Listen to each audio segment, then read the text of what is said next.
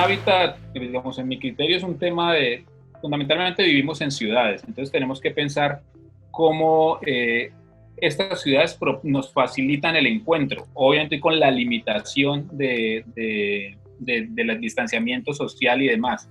pero cómo las ciudades posibilitan el uso del espacio público y el uso del espacio público en condiciones óptimas de seguridad, o sea, que haya más niños, más mujeres y más ancianos en la calle, digamos que eso es un indicador, digamos, son como unas variables con las que uno mide de manera sencilla la calidad de un espacio público y demás. Un buen hábitat es que podamos tener un buen espacio de vivienda para vivir, para pasar momentos, y que la vivienda, digo que hay que dar el giro de que la vivienda hasta ahora la veníamos usando básicamente como un espacio para dormir, o sea, es un espacio donde llegábamos para dormir fundamentalmente, y la vivienda día a día se iba volviendo más eso, o sea, cuando uno compara las casas que se hacían en Cali hace 50 años, en Granada, en Versalles, en Santa Mónica, o incluso en barrios populares, pues los tamaños de los predios y demás facilitaban otra cosa, pues casas con patio y demás, donde podía hacerse actividades allá adentro. Luego se fue mutando y las casas se volvieron simplemente un espacio para dormir y cocinar, básicamente.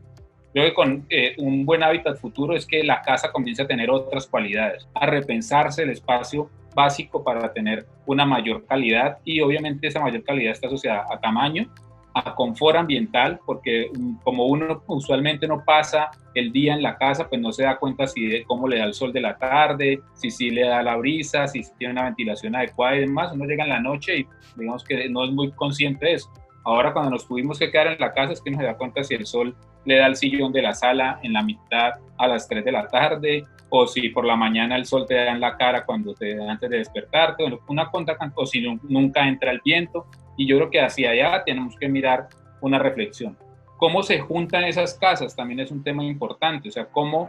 construimos cómo se juntan, quiero decir, cómo se arman barrios, cómo se arman tejidos. Yo creo que ahora que se está hablando de ciudades de 15 minutos y esto no es más que volver al barrio, volver a esta idea de ciudades dentro de la ciudad, que aquí en Colombia estuvo en Bogotá muy presente con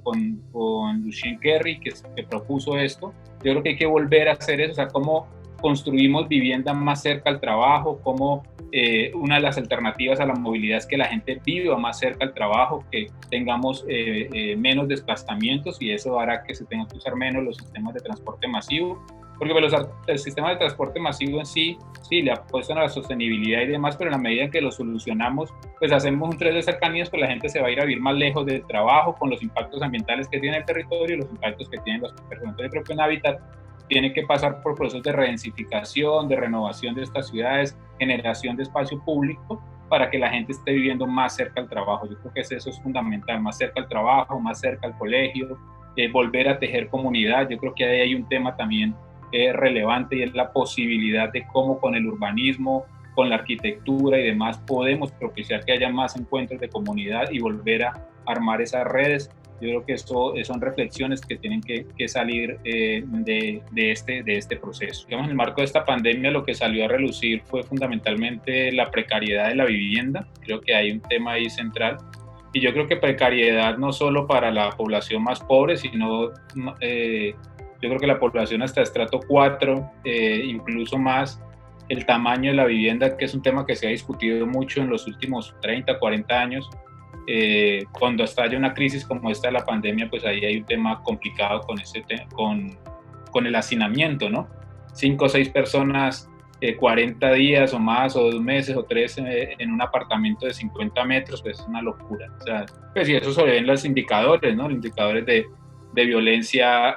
contra las mujeres, de violencia intrafamiliar. Entonces digamos que es como el tema principal que salió con esto, pues nuestra crisis de vivienda, que si bien nos hemos propuesto como a solucionarla en términos de cantidad, en términos de calidad, pues y cualificación en especial de espacios, pues es bastante, sigue siendo precario. Yo creo que otro tema clave es espacio público, que el espacio público también, pues con esto aparece el poco espacio público que tenemos, las deficiencias que hay ahí, no hay dónde salir, y salir con distanciamiento menos. El tema del transporte es fundamental, y el tema del transporte está asociado a eso, el tema de cómo incentivar un tema alternativo como la bicicleta, cómo desestimular el uso del vehículo particular, y en especial que no vaya a haber una explosión de sistemas individuales como la moto. o si el uso del carro particular, pues que también se va a intensificar, pues se haga de manera colectiva, o sea, no individual, sino que vayan más personas ahí. Y eso, las implicaciones ambientales que eso tiene, porque creo que desde la pandemia se ha hablado mucho de los beneficios ambientales, pues por la parada general de los sistemas de producción y demás, pero no se ha hablado de los efectos ambientales que tiene, por ejemplo, si lo ve uno en la vida cotidiana, el mayor consumo de plástico. Por ejemplo, uno ya va a un sitio, entonces bolsa para que guarde el tapabocas, hay restaurantes que todo lo que usan ya es desechable, entonces para que no, digamos, para dar una sensación de seguridad biológica allí. El tema de los tapabocas, pues no sé cuántos miles de millones de tapabocas se habrán usado en el mundo. Entonces, todos esos impactos ambientales también son como, yo diría que alrededor de eso son los temas críticos en términos de hábitat urbano. Una ciudad como Cali, lo que están haciendo ahora me parece interesante, o sea, creo que hay promover temas de espacio público, me parece que es muy bueno, o sea, ampliar en el caso puntual de Cali, ampliar el Parque de Pance, construir nuevo espacio público, equipamiento en el Club San Fernando, hacer espacio público frente a Cosmocentro. Yo creo que esa es la ruta, yo creo que es una ruta adecuada y ojalá la ciudad lo logre consolidar. Esas acciones individuales están asociadas, yo creo que una de las principales es qué tipo de transporte usamos. O sea, yo creo que ahí siempre es un tema difícil porque pues, la gente prefiere el confort que ofrece el vehículo particular y demás, pero creo que ahí hay un aporte que podemos hacer. Yo creo que un consumo más consciente, yo creo que si esta crisis no nos sirve para darnos cuenta de todo la gran cantidad de cosas que compramos que no necesitamos, pues eso pues no va a pasar, no va a cambiar nunca nada. O sea, yo creo que ahora nos dimos cuenta que pues no vale de nada tener 20 pares de zapatos cuando vamos a estar en la casa encerrados